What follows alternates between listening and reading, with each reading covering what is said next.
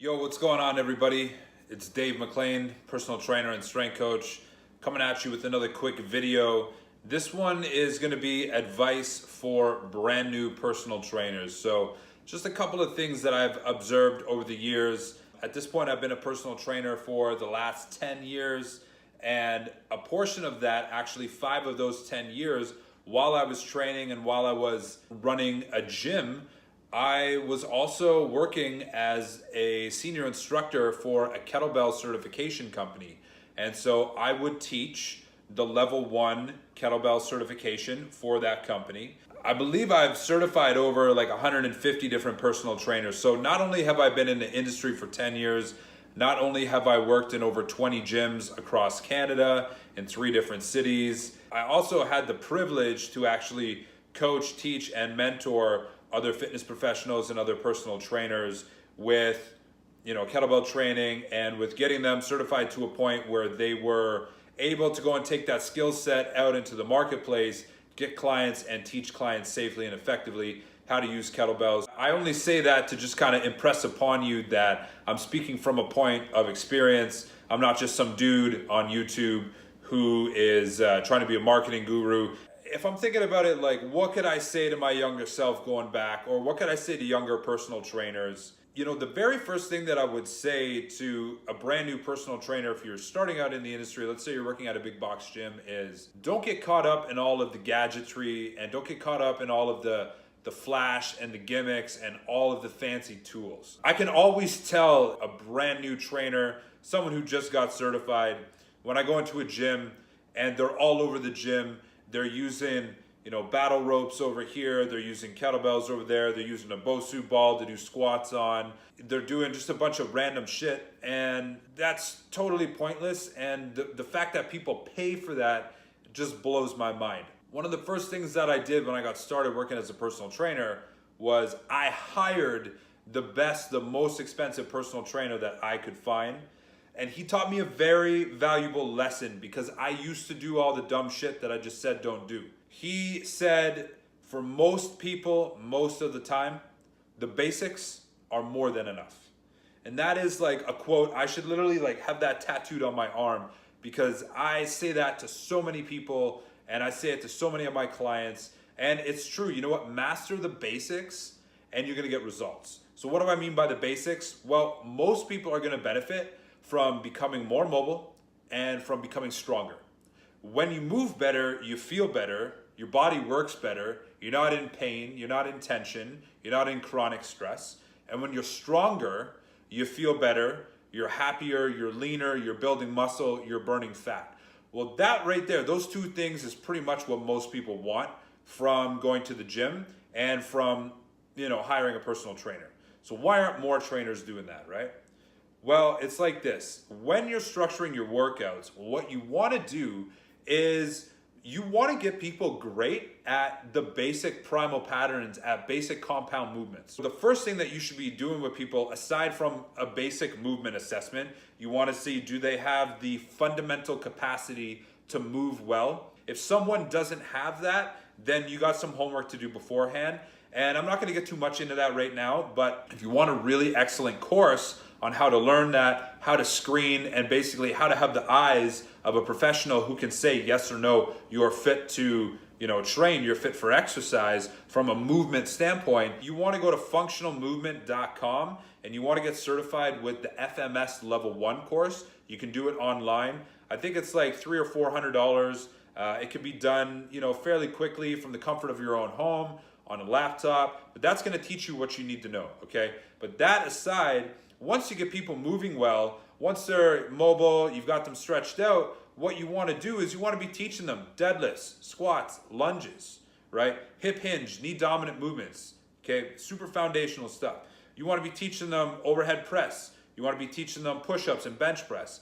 You want to be teaching them chin-up or pull-up variations, rows, any kind of pull, right? Upper body push, press, and pull. Lower body hip dominant, lower body knee dominant. Those are your 5 quadrants. So you need to fill in exercises, compound lifts in those 5 quadrants. So what I recommend you do is you get people on a 2-day-a-week program. They can train 3, 4, 5 days a week, but you're gonna have a day one and a day two, and it's gonna alternate. So let's say if someone was training Monday, Wednesday, Friday at 8 a.m., the first week would go day one, day two, day one. The second week would go day two, day one, day two. What you're gonna do is you're gonna use full body workouts for all of those days, and you're gonna use that 5 quadrants principle that I just taught to you. So every single day, each client needs to hit all 5 of those quadrants in the workout. So they at least need 1 compound movement in each quadrant. So again, hip dominant movements, knee dominant movements, upper body push, upper body press, upper body pull. If you do that, you've hit the entire body, you've hit the entire lever system, the entire musculoskeletal system, and it's a full body workout designed to build muscle. And as we all know, when people are building muscle, they're getting stronger and they're burning fat. They're gonna improve their physique. So let's go through it real quick. If we're looking at hip dominant movements, you've got obviously the deadlift, you've got a kettlebell swing, you've got basic hip thrust, you have any variations thereof. What I suggest you do with new people is you start out with a kettlebell deadlift. The barbell is a little bit tricky to work with in the beginning, especially if people have never worked out before. Now you're gonna see all sorts of clients. You're gonna see clients who can get it right away. You're gonna see clients, I have a client right now, we're probably on our 30th session, and he still has challenge picking up the bar on the ground and getting that deep hip hinge movement. He can get it, I just have to raise the weight up to him, right? He's a tall guy, he's got some movement restriction, but I get him working with kettlebells. We raise the kettlebells up on a pair of 10-pound plates, and he's good to go, okay? So start out with the kettlebell deadlift. You can get the weight inside of someone's center of mass. It's gonna be really efficient on their body. They're gonna be able to control it, and it's gonna teach them, shoulder packing and keeping good alignment. Knee dominant, you're really looking at your squats and your lunges. Okay, if you wanted to throw in a machine, you could do hack squats, you could do, leg press. But if you can get someone body weight squatting, or if you can get them doing a front loaded squat, like a goblet squat with a dumbbell or a kettlebell, that's gonna be best. It's gonna be the easiest thing. Upper body press, we're going overhead. So that's gonna be, your barbell press, that's gonna be your dumbbell overhead press or your kettlebell press. Any of those work well. I like teaching the movement with a bar because I find it's easier for people to control with both hands attached than single weights independent. But if you've got someone, who's a bit of a veteran in the gym, you just wanna clean up some technique, sometimes using kettlebells can be really interesting because it's gonna showcase a little bit of weakness, and it's gonna showcase a little bit of instability. It's gonna shock their system a bit, okay? So kettlebell press is gonna be good. We're going to upper body push. So that's gonna be your bench press, your incline dumbbell press, your push-ups, any of that kind of stuff. And then upper body pull, we're looking at 2 dimensions of pull. We're looking at vertical pull and horizontal pull. So you can get chin-ups, pull-ups, lat pull down, any kind of vertical pulling movement. And then you've got your horizontal pulls, which is gonna be your barbell rows, your seated rows on machines, your cable rows, etc. All right, so what you wanna do one more time is you wanna get all 5 of those quadrants into a workout. And then to finish up, what I love doing is a core stability and a core strength movement. It can be as simple as 2 sets of planks and 2 sets of knee ups into the chest on a bench, something like that. You got core stability, you got core strength. This isn't the most expert designed program. This isn't a customized training program to an athlete, or where someone's coming in and paying $100 to do movement assessment, the SFMA, they're doing a strength test, none of that stuff. But this is for new personal trainers who are starting out in a big box gym. You're challenged with the task of getting clients. So what you want to do is just run people through this 5 quadrant program, right? Get people in. If they're on trial personal training sessions, maybe you're prospecting the gym floor, you're going up to people in the workout, you're introducing yourself, you're not interrupting their workout, you're not telling them what they're doing wrong, but you're just saying, in between sets, hey, how you doing? My name is Dave. I'm a new personal trainer here at ABC Gym. I just wanted to introduce myself. I see you all the time. Looks like you got a good sweat going on. Real quick, tell me, what are you training for? Cool, you're looking to build muscle? That's awesome. Look, I love working with clients who want to build muscle. I've got experience with that. How about you and I set up a free training session on me? And I would love to, help you out with your fitness goals. No pressure, there's no hassle, nothing like that. Just come and work out with me for an hour and let me show you a few things. You know what? We could probably both benefit from that. Are you open to that idea?